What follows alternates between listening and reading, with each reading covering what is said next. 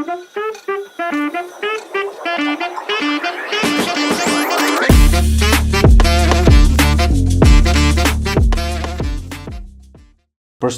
të gjithëve, ja tek rishihemi sërish në podcast me doktorin.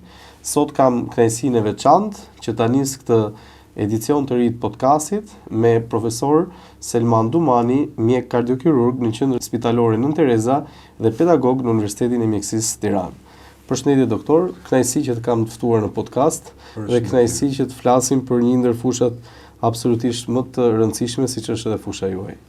Atëherë përshëndetje, pse jo, një vit i mbar, dhe kënaqësia do jetë totalisht e imja, shpresoj t'ja kalojmë këndshëm. Në fakt doktor, ne kemi diskutojmë gjithmonë njerëzit kanë pyetje dhe sa herë që ne referohemi se cila do të jetë një fushë që ata do duan të dëgjojnë, vazhdimisht i referohem kardiologjisë dhe kardiokirurgjisë, si dy nga fushat ku realisht interesi është shumë i madh për të dëgjuar prej tyre. Kështu që unë po e nis menjëherë duke ju pyetur pse keni zgjedhur të jeni mjek në jetën tuaj dhe sigurisht pse keni zgjedhur një specialitet të tillë të vështirë, të ngarkuar siç është edhe kardiokirurgjia. Atëherë, të qenit mjek, unë besoj që është një dëshirë ndoshta e çdo gjimnazisti ose një personi që do të tentojë ose të ndron të shkojë në shkollë të lartë, sepse vetë profesioni është i tillë. Ndërkohë që për hir të vërtetës unë përveç se unë padyshim besoj që është problemi i Zotit, dëshira e Zotit që unë bëhem mjek. Kjo është pa diskutueshme.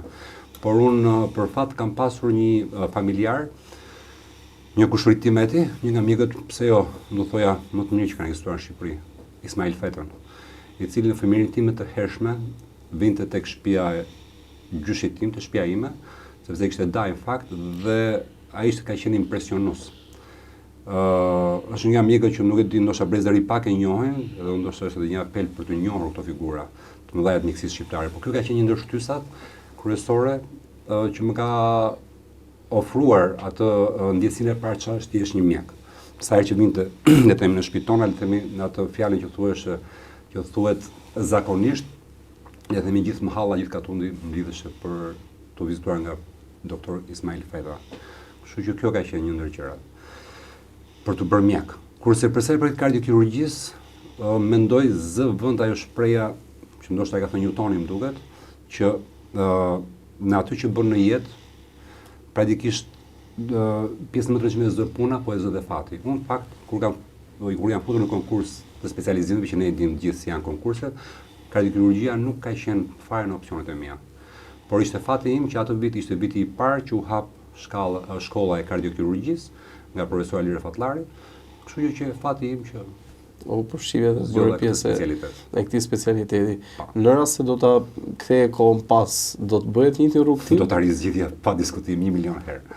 Dhe kur e mendon sot veten si ish studenti i Fakultetit të Mjekësisë, a e kishe projektuar ndonjëherë në mendjen tënde këtë rrugë tim që ka marrë jeta sot? Realisht ëndër. Të jemi sinqert. Aq më tepër profili specifik. Më bëhet qefi. Atëherë me kirurgët në fakt ne gjithmonë mezi presim të dëgjojmë rastet e salla, operacionet, rastet e vështira, rastet që kanë shkuar mirë apo që nuk kanë shkuar mirë, ndërkohë që unë dua t'ju pyes ndryshe nga rastet e tjera, dua t'ju pyes si ishte dita sot. Pra cila ishte ajo ndërhyrje, cila ishte ai operacion që do të ndash me ne që sot ka ngelur në mendje nga dita e sotme.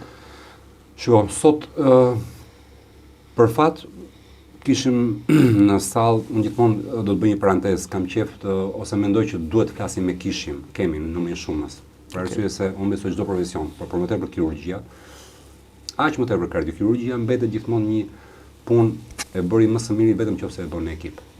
Prandaj preferoj vetëm shumës. Përveç le të themi kortezisë zakonshme të ditës.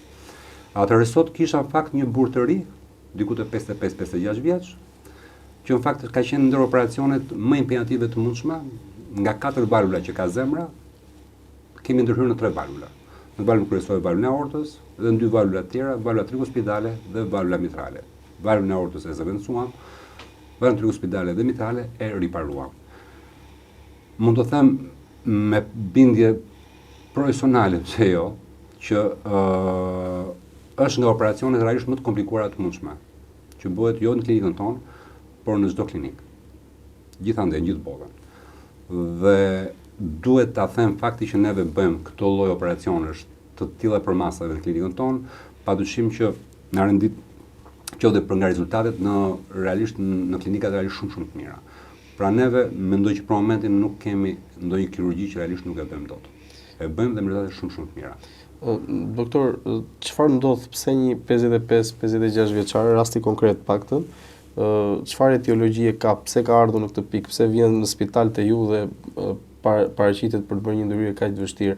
Mund të kemi pak më shumë detaje, sigurisht duke ruajtur anonimatin e personit? Po, atëherë në përgjithësi, sidomos kur janë të shoqëruar valvulopatia e aortës dhe valvulës mitrale, por këtu në këtë rast që të valvulës trigosipitale. Pjesa më e madhe e rasteve janë në le të themi morgjitinë degenerative. Diagnoza e saktë ishte kthesë e valvës aortës masive, kthesë masive e valvës trigosipitale dhe kthesë po ashtu e valvës mitrale. Në këto mosha, sidomos në mosha 3, kryesisht vijnë arsyeja kryesore ose le të themi shkalla kryesore e sëmundjeve degenerative, që përgjithësi ka të bëjë me inin konjektiv.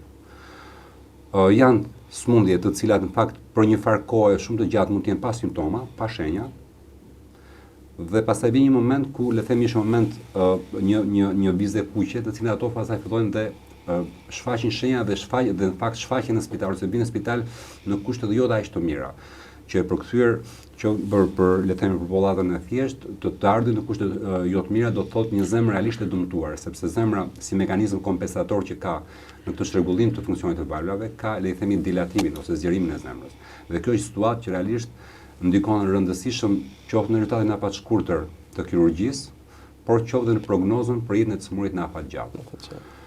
Gjithsesi, ndërhyrja që me që po flasim konkretisht për të që u bë, padyshim shkoi realisht shumë mirë dhe pritshmëria dhe prognoza për të smur ngelet realisht shumë e mirë. Aq më tepër kur neve arritëm të klasifikojmë dhe 2 valvulat, dhe klasifikimi ose riparimi është një nga le të themi teknikat e zgjedhura të para për valvulat. Ju më thatë, doktor, në fakt se dhe me drejt që puna më e mirë është kur bëhet në ekip edhe preferon t'i referohemi numrin shumës ekipit tuaj dhe patjetër e vlerësoj. A kujton të lutem ndonjë ndërhyrje, ndonjë rast, ndonjë moment me ndonjë pacient ku është dashur vërtet përfshirje një ekipi të gjerë, ndoshta dhe jo vetëm brenda kardiokirurgjisë, po edhe në shërbime të tjera ku ju e kujtoni si rast që është punuar dhe është punuar mirë? Atëherë, unë thash gjithmonë jo vetëm për parim, jo vetëm për kurtezi, them që puna në çdo lloj profili mjekësor bëhet në ekip, por sidomos në kardiokirurgji ose në kirurgji. Unë mund të kujtoj një rast fakt shumë, ndoshta ka qenë nga rastet e ralla, që puna në ekip jo vetëm bëri që kirurgjia të shkojë me sukses, por më tepër e rëndësishme ishte dhe ajo strategjia që ndoqëm hap mas hapi bashkë me ekipin që kishim.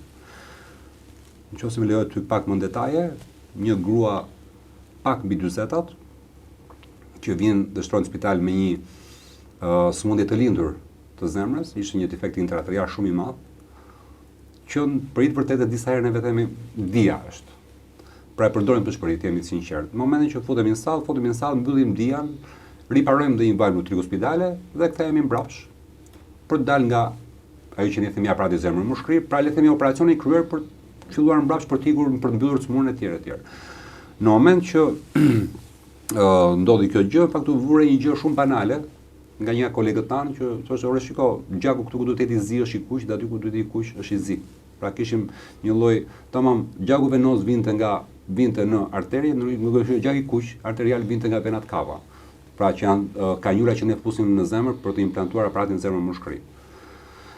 Ky ka qenë nga momentet që padyshim puna në ekip është shumë e rëndësishme, bashkë me një kolegun tim, pse jo mund ta përmend doktor Ermalin, bashkë me reanimatorët, që padyshim janë fazë rëndësishme për neve. Realisht kemi bërë dhe konsulta në telefon, jemi në situatë të tillë, çfarë mund të bëhet, çfarë mund të kthehet për ta menaxhuar.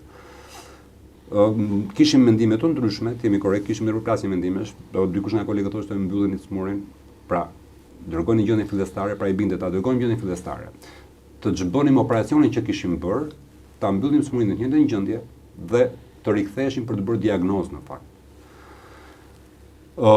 Gjithsesi, neve si ekip vendosëm të bëjmë një lloj eksplorimi, por eksplorimi në kardiokirurgji është shumë i kushtueshëm për faktin se neve ishim në trashëgimitin në aparat zemrë mushkëri. Dhe koha që ndrimit në aparat zemrë mushkëri është shumë e rëndësishme. Kur themi e rëndësishme për të smurin. Mbas gjithë le themi eksplorimeve të tjera që bëm, menduam që vëmë një diagnozë së saktë, bëm një rioperacion të dytë në varësi të diagnozës që u vendos. Padyshim për fatin e mirë të smurës rreth pare, po dhe për tonin vendimi që morëm dhe bashkëpunimi që bëmë ishte shumë i suksesshëm. E smura për fat të mirë kam telefonuar për një lloj studimi para ndoshta jo shumë javë, është ndoshta mirë dhe ky ka qenë një në rastet kur u them që gjithsesi vendimi në ekip ose puna në ekip është unë do thoya domosdoshmëri. Ndonjëherë në fakt shpeshherë kur na dëgjojnë pacientët, na dëgjojnë qytetarët dhe dëgjojnë raste të tilla, domethënë është përtej imagjinatës ngarkesa emocionale që mund të ketë mjeku në ato momente, sepse përgjegjësia është shumë fisht, është përgjegjësia me pacientin radh parë, është me ekipin, është me familjarët, është një vendimarrje jote, është e padiskutuar që është në funksion të jetës, edhe ngarkesa është shumë e lartë, kështu që pa diskutim që është për komplimenta dhe për të vlerësuar çdo lloj pune që bëhet. Doktor, sa vite keni në tërësi karrierë si kardiokirurg? Atëherë kardiokirurg i parë, le të themi, primar që ne përdorim zhargon 16 vite. 16 vite. Bashkë me specializimin. Pastaj shkon 21 vite. Në gjithë në këtë hapësirë 20 vjeçare, 21 vjeçare, do doja të dëgjoja për jush rastin më të veçantë që ju ka ngelur në mendje, ndoshta për të gjitha arsyet pse mund të ishte një rast i tillë i veçantë që ju ka ngelur në mendje aq afatgjatë. Shikoj, ndoshta do dal pak jashtë, le të themi, të qenit zhargon ky rast apo ai rast. Po të ndaj një rast specifik kur neve në fakt në lind të hapësirë veprimi dhe koha dhe tjera ishte rasti që sapo u përmenda. Por unë kam një kështu një themi një ndoshta e kam si aksion timen. Unë mendoj që në kardiokirurgji çdo rast është aq i vështirë. Për të kaluar pastaj për të ndarë patologjitë, raste të cilat në fakt janë raste që gjithmonë janë për të quajtur të vështira në çdo lloj momenti që të vinë janë, le të them, distikimet e aortës ascendente, distikimet akute ose çarjet e aortës ascendente, të cilat për fat të keq të Shqipëri kohët e fundit janë bërë shumë të shpeshta, neve bëjmë një numër të konsiderueshëm rastesh në kardiokirurgji. Janë raste të cilat realisht kërkojnë një impenjim fizik, por që kushton shumë edhe koha. Janë raste të cilat futen gjithmonë në operacion me rrezik ekstremisht të lartë, në klinikat më të mira të botës, vdekshmëria shkon nga 19 deri në 36%. Ndërkohë që për hir të vërtetës, neve megjithëse duhet ta rithemi në këtë Shqipëri që jemi, me gjithë hallet që ka, praktikisht realisht edhe neve notojmë në këto përqindje rreziku. Do të ndaja një rast, një djalë i ri nga Lezhë, 31 vjeç, vjen disekim akut i aortës ascendente në kushtet kur s'kishte asnjë familjar prezant. Dhe në vërtet neve nuk po arrim dot të lidheshim dhe me familjarët, sepse neve kemi akoma, jo vetëm neve, pak dhe të tjerët, por jashtë Shqipërisë, por neve kemi akoma zakon që të flasim gjithmonë me familjarët përpara. Që ky është rreziku, kjo është gjëja që do bëhet, kjo është gjëja që pritet etj. Dhe në fakt detyrohemi të futemi në kushtet familjari më i afërt i jati ishte larg, detyrohemi të futemi në fakt në një stres akoma më të madh sepse neve gjithsesi kishim të parë në jetën e smurit. Smuri është ndoshta mirë, por ka qenë raste më impenjative për arsye se vetë disekimi i aortës është një patologji e cila në thelb karakterizohet nga një fragilitet shumë i lartë i indheve të aortës ascendente, të cilën ti mund të qepesh dhe ai mund të shqepet. Ngarkesa shumë e madhe, pa diskutim, qoftë emocionale, qoftë ngarkesë fizike, aq më tepër kur themi ne Zot na fal, por praktikisht në një moshë 31 vjeç, gjithsesi le të themi ndjeshmëria është akoma më e madhe në raport me pika. Kështu që në momentin që dalim nga, le të themi, mbaron ajo faza kryesore e operacionit, praktikisht në momentin që prapë po dinim, po bëheshim gati të heqim ato kanjurat e famshme, na ndodh një çarje prapë masive. Po çarje masive e aortës praktikisht janë ngjarje të cilat janë me pasoja të menjëhershme dhe shumë të rrezikshme. Unë nuk e di Prandaj them që kardiokhirurgjia është gjithmonë çdo operacion është i vështirë, sepse nuk e di se ai si ta përshkruaj me fjalë, le të themi ngarkesën që kishte në ato moment jo vetëm unë, po i gjithë ekipi. Por në fakt të tilla raste disekimet e aortës që janë, unë do i fus pra vetëm një grup të veçantë, janë pothuajse rutinë. Kështu që nuk e di nëse do bëja mirë të ndaja një apo një rast tjetër.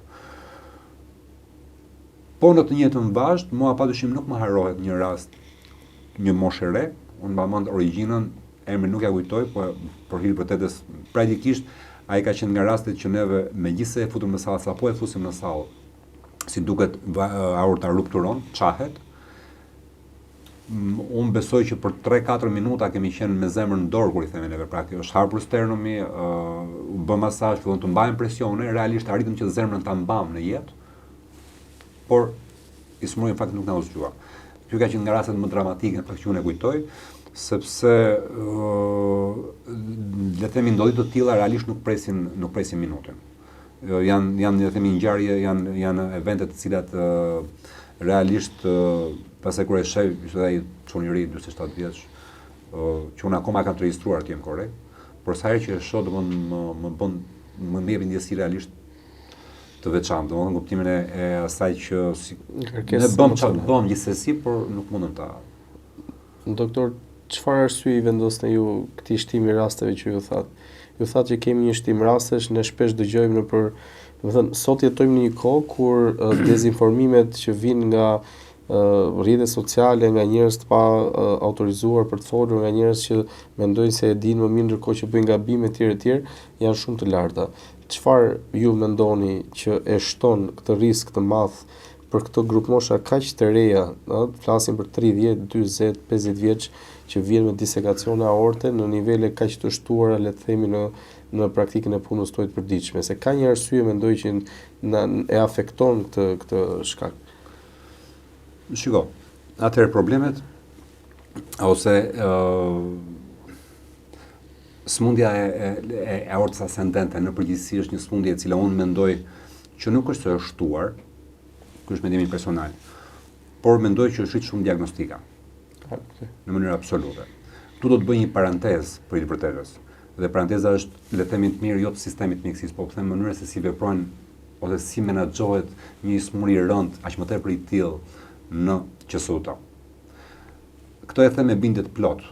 Mendoj që koha nga momenti i diagnozës së kësaj gjendje të rënd klinike deri në momentin e interventit, unë besoj që është koha më e shkurtër krahasuar edhe me vende shumë të zhvilluara si Shqipëria.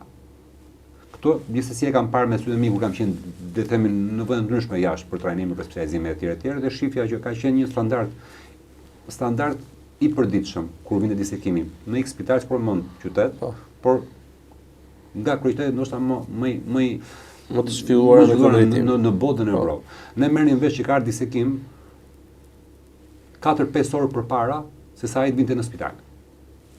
Dhe realisht unë mendoj që kjo pjesë të neve është realisht shumë mirë. Ndoshta është vend i vogël, hapësirë e vogël, por menaxhimi të paktën në për sa i përket kohës së disekimeve në klinikën tonë është realisht pothuajse ekzemplar. Dhe këto e theksoj për arsye sepse koha e futjes së disekimit të aortës nga momenti i diagnozës deri kur ti futen në sallë është padyshim shumë i rëndësishëm. Presupozohet që ketë një vdekshmëri diku te 1-2% për orë që kalon nga momenti i diagnozës.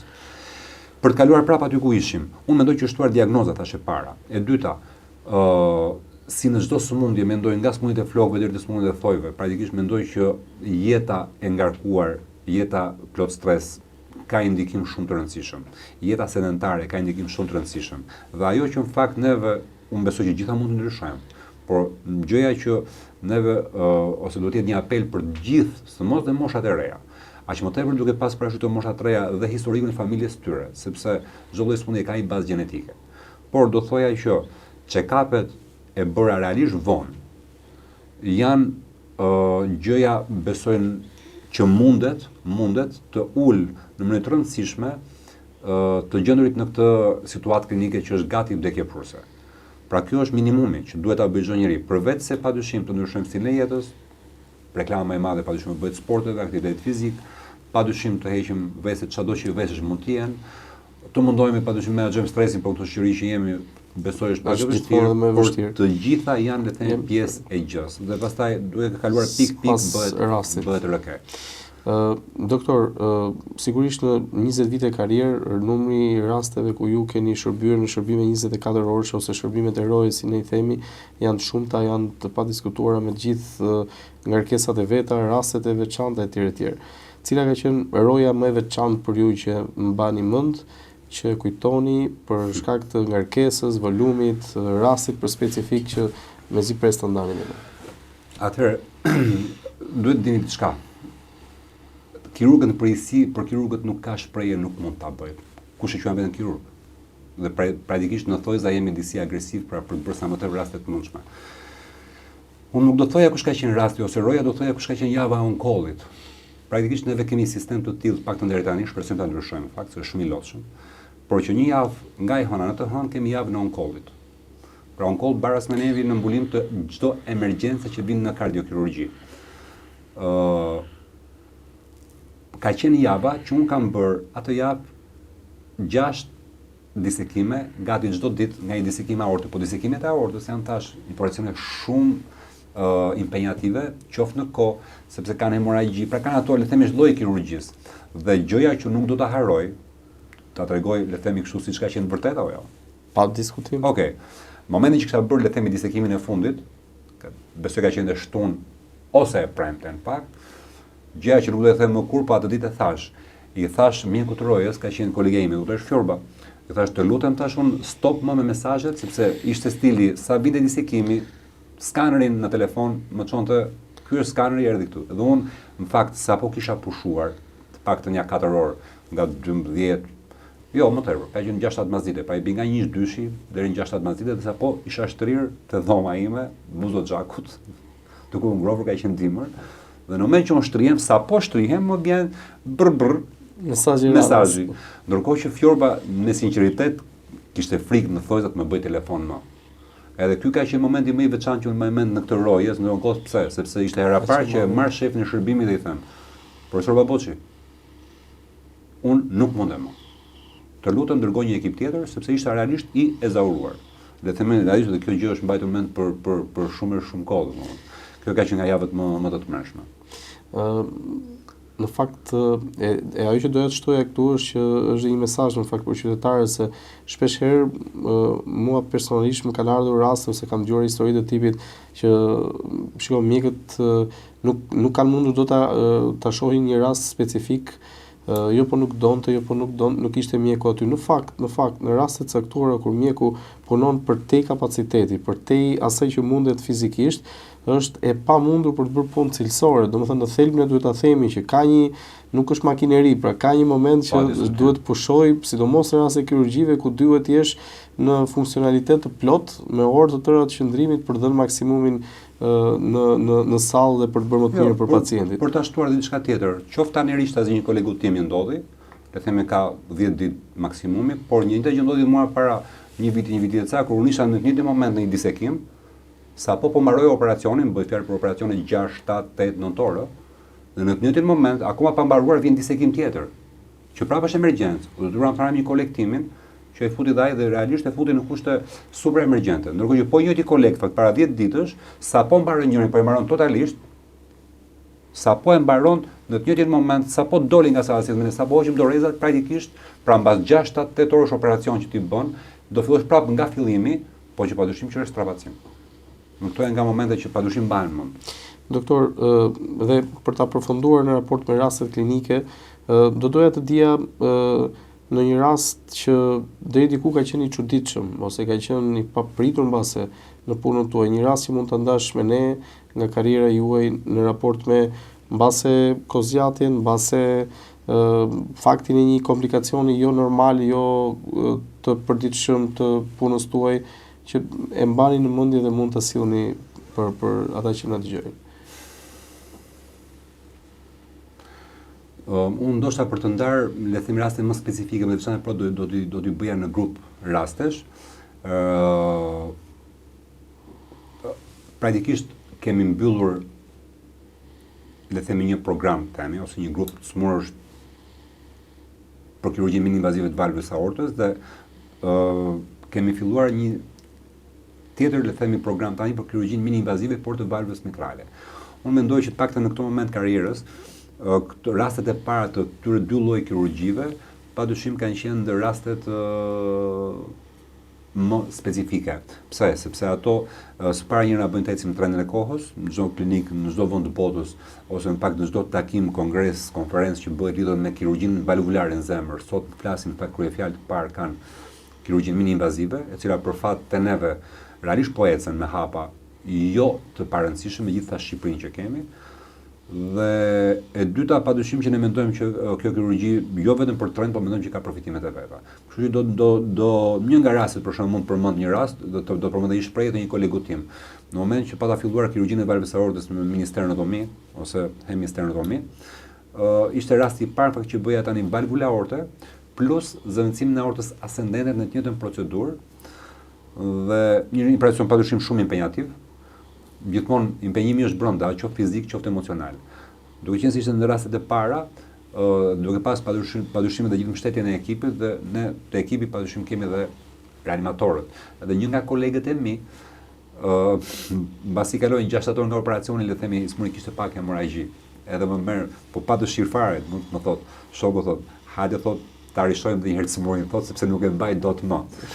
Kjo fakt kishte domethënien që realisht i bindet atij keq sepse nga ishin rastet e para që mos bëhet kjo, le të themi, një lloj frenimi për vazhdimsinë e kësaj teknike që bën. Le të themi ky ka qenë në rastet që e ndaj në këtë grup të smurësh. Doktor, le të kalojmë në një pjesë tjetër shumë të rëndësishme. Në gjithë punën tuaj me gjithë ngarkesat emocionale, si e mundsoni veten tuaj që të menaxhoni këtë ngarkesë emocionale kaq të madhe, këtë stres të përditshëm, sepse sigurisht kjo është punë dhe pa diskutim empatia në punë tilla është e ulët, por ne jemi njerëz, rasti nuk i ngjan rastit, kështu që normalisht që ka ngarkesë dhe ka stres. Çfarë bëni, si arrini ta menaxhoni? A ka momente kur përballeni dhe thoni ok, stop, do bëj 2 hapa pas, apo është dita që merr ditën dhe ecim përpara? Shiko, ne duam kemi planuar të bëjmë këtë lloj pune, me këtë lloj ngarkese fizike dhe psikoemocionale.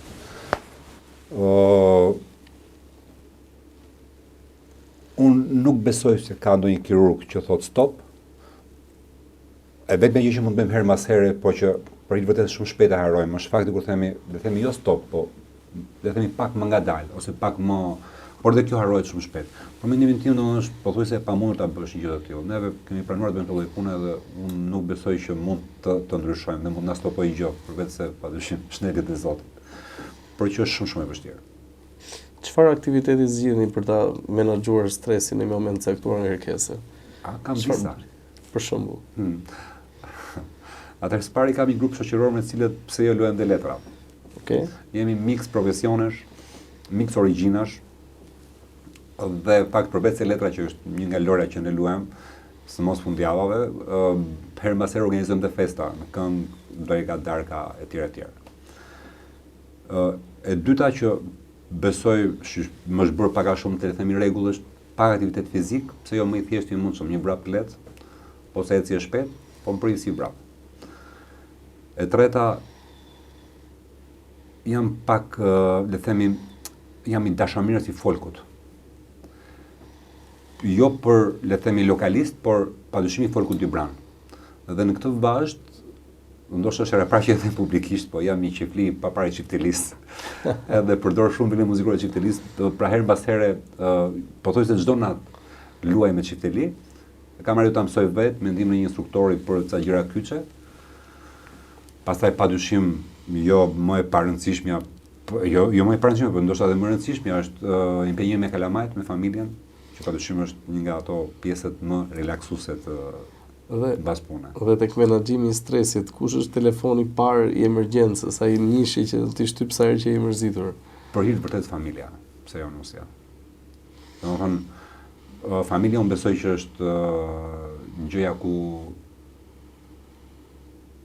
ti gjen atë qetësinë që ndoshta mund mos jetë ajo që duhet, ose ajo më e mira, por që ti aty e gjen. Unë besoj që aty e gjen. Ndoshta dikush mund ndihmonte më tepër, ndoshta, por mendoj që ti do shkoj aty ku ti ndihesh më mirë, aty ku ndihmojnë më tepër. Dhe besoj familja është Meqense jemi te familja, së pari do doja të të pyesja cila është ajo këshill, është ajo fjalë që e nënës ose e babait që ju ka ngelur në mendje dhe ju bën shoqëron gjithë kohës. Sigurisht prindërit gjithmonë japin këshilla të vlefshme, por a ka ndonjë gjë që të ndjek gjithë kohës, e ke me vete dhe e ke parasysh sa je në punë apo në jetën tënde? Atëherë për fat kam ti me më, jetoj me ti me më. Për fat keq babai nuk e kam. Ndoshta ato që s'janë i kujton më me nostalgji gjithmonë është më se natyrale. Një burr i urtë që gjithmonë ndonjëherë kur je fëmijë nuk e kupton, tani që jemi bërë vetë baballare kuptojmë. Më thoshte gjithmonë që e rëndësishme është që të bëhesh njeri. Unë tani padyshim e perifrazoj ato që unë padyshim them me fëmijët e mi. Por e rëndësishme është të bëhesh njeri. Dhe unë mendoj që njeri i mirë je, nuk bëhesh, ose duhet shumë të profesionisti i mirë mund të bëhesh, por njeri i mirë është ndoshta shumë e vështirë. Dhe ti je njeri i mirë, këtë më gjë e parë që i duhet një personi.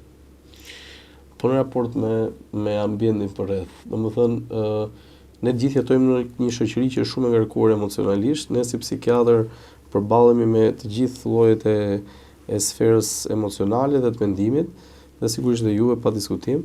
Çfarë është ajo gjë që të shqetëson në shoqërinë tonë, të trishton, të shqetëson, diçka që nuk shkon aty ku duhet në gjykimin tënd? Shikon, neve padyshim nuk jetojmë parajs. Jetojmë në një komunitet me mecin të ndryshme, me zakone të ndryshme. Pse disa herë me vese. Padyshim do më vinte shumë keq, ose më vjen keq, kur dëgjoj, le të themi, në thojza ato që ne themi deri thashë theme, ose të folur të keq për dikë. Kjo është nga gjëra që unë padyshim e përçmoj. Por gjithsesi do të them prapë, ne nuk është se kemi zgjidhje, neve reagimi që do të jenë ndoshta tona do të jenë, besoj, sa më të përshtatshëm me veten. Pra, po marr një rast le të themi, por bëj një lloj perifrazimi, domethënë, mua asnjëri s'mund të më bëj keq. Dhe do quaj që më bën keq dikush nëse mua më bën si vetja, të flas domun për të, le të themi keq ose diçka tjetër. Pra ti do mundohesh gjithmonë, mendoj që duhet mundohesh, ti të jesh sa më korrekt me veten dhe jo me të tjerët. Ky është një menaxhim i mirë në fakt edhe pa diskutim. I thashë themeve, sepse janë shpëtojmë realisht, jemi korrekt. Po patjetër, janë pjesë e ambientit. Por ti në fund ditës duhet që kur çosh veten pasqyr ose sa herë që mendon ulesh qoftë vetëm 5 minuta bisedon me veten tënde, praktikisht do të thuash që ajo ti s'duhet të bësh është që të kundërshtosh veten. Ti duhet të jesh në rregull me veten. Nëse je në rregull me veten, besoj ky është menaxhimi më i mirë që duhet të bësh. Doktor, në rast se të bie zilja e telefonit edhe të kërkon sot në këtë moment karrierës tuaj për të shkëputur nga jeta medikale dhe për të marrë me angazhim politik, do të merrni një vendimarrje të tillë? I pa shpresë. I pa shpresë. Shikoj, realisht unë më mirë po e them, pra në profesionin tim e dashuroj. Pak ndoshta me egoizëm po e dashuroj. Po të mund të bëheshin të dyja, pse jo. Por profesionin tim e dashuroj. Pyetja e dytë e radhës është që në rast se do të binte një ofertë, do të ishte një ofertë e mirë për të ikur nga Shqipëria dhe për të punuar me një ambient pag dhe të gjitha kushtet sigurisht shumë të mira në një vend tjetër jashtë në këtë moment karrierës tuaj, do ta bëni një hap të tillë? Unë për fat keq jam pak parasistem, atëherë po them diçka që është familjare. Le të themi, unë jam veti treti vëlla me shumë një përmbesa shqyrë Zotit dhe praktikisht në pamje të tjerëve, jo të nipërve, duket si jam njeriu më thojza më modern, le të themi i familjes, në thojza. Por në sy të nipërve dhe të mi, ose jo vetëm në sy, po ato e di shumë mirë që jam më konservator, jam pak arkaik nga natyra. Kështu që unë do të thoja shpreha që guri rënd në vend vet është një gjë që është pa lëvizshme, para dhe e dyta, pse jo për i dhënat tonë ndoshta më serioze se ç'duhet. Unë mendoj që përveç se kënaqësisë se ti merr në vendin tënd, unë mendoj që nuk është zgjidhje ikja e profesionistëve nga Shqipëria. Dhe unë këtë realisht të fëmijëve të mi, po ja promovoj ndoshta pse jo, arsimi, specializime, trajnime, padyshim janë domosdoshme, ne s'mund të themi që jemi pika referencës botës, por qëllimi kryesor do të jetë padyshim kthimi në Shqipëri, në çdo lloj opsione. Doktor, një tjetër pyetje që kam interes të di është në rast se një familjar pacienti ju thot doktor bëjmë maksimumin, ndërkohë që ju jeni në një situatë ku e shikoni që ka një rrjedhje ose po shkon drejt një kahu jo të dur i gjithë ndërhyrja. A besoni në Zot në ato momente edhe a drejtoheni dhe ju diku për të thënë të lutem më ndihmo që të shkoj aty ku duhet dhe ta ndihmoj këtë njeri? Apo besoni thjesht në forcat tuaja dhe në faktin e një pune të madhe që do bëhet në atë moment?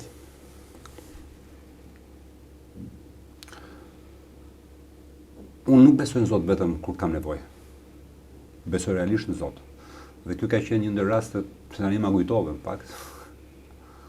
Mund të ndashme në pa diskutim. Po, ka qenë një rast që prap ka qenë rastet që na u komplikuan në sallë, një moshëre, një grua.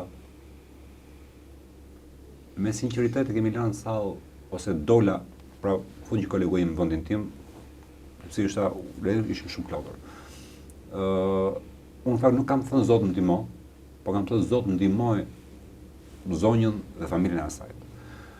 Edhe ishte ai momenti kur neve do të dilnim nga aparati zemrën më shkrim fakt. Edhe vetëm kur merr telefon dikush nga salla, unë dola pushoj realisht 2 minuta, 5 minuta, jam i sinqert. Edhe unë thashë më morën që mbaroj. Jo, më tha hajde se doli nga makina. Ka vite që kanë ndodhur, tani që ma kujtove. Por unë besoj që në Zot tash unë kam nevojë. Besoj se duhet besoj. Besoj se besoj, kaq. Doktor, një tjetër fush, në raport tashmë me studentët tanë, çfarë brezi po ndërtojmë? Dhe a është ky brez në gjykimin tuaj e ardhmja e duhur e mjekësisë shqiptare dhe jo vetëm sigurisht? Shiko, kjo është një pikë goxha e prekshme ose goxha sensitive.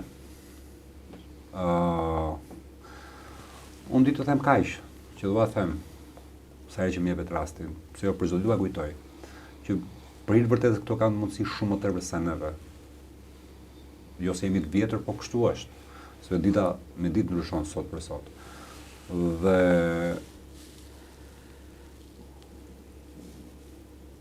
gjithmonë ju them që punoni sepse gjëja e vetme që nuk kthehet është vetëm kjo koha që përkaloni student. Është koha më që duhet të sforcoheni, realisht të sforcoheni ku çdo kuptim të fjalës. Ratë parë për vetën e vet, pastaj edhe pse jo për familjet e tyre. Dhe këshilla ime është vetëm punë, sepse nuk ka punë që nuk shpërblehet. Kjo është e padiskutueshme. Mund të duket ndoshta standard, aksion, por për mua është një vërtet e padiskutueshme, dhe që ne kanë provuar dhe vetë. Pra nuk mendoj që ka një punë që nuk shpërblehet. Dhe kjo është porosia ime e vetme që jam përgjithësi, po të ketë një porosi të të jap.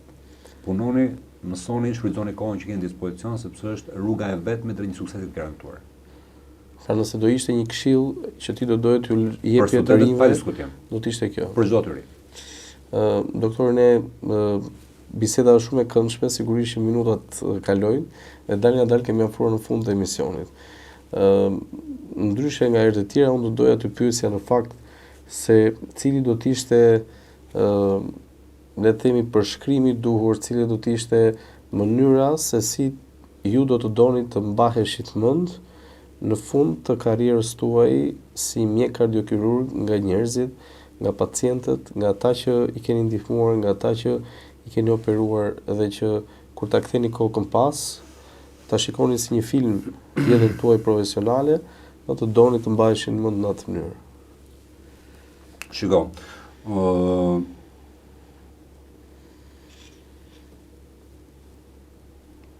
ndoshta do duhet të them një gjë që unë ja them vetes shpesh, disa herë dhe njerëzve që takoj.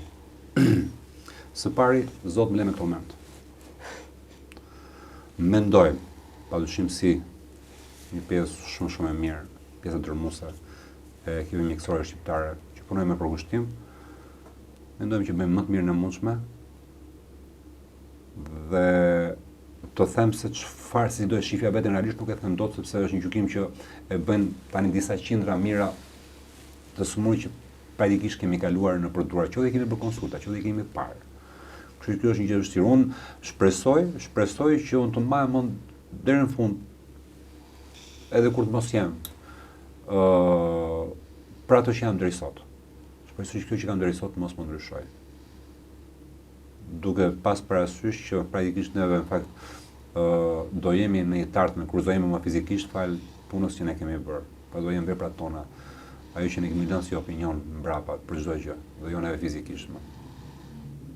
Doktor, të falenderoj për bisedën e këndshme, falenderoj që ndam së bashku këto minuta, ndam një eksperiencë të rëndësishme të jetës tuaj, të tuaja si profesioniste dhe si njeri pa diskutim, se shkojnë bashkë në realitetin e çdo kujt.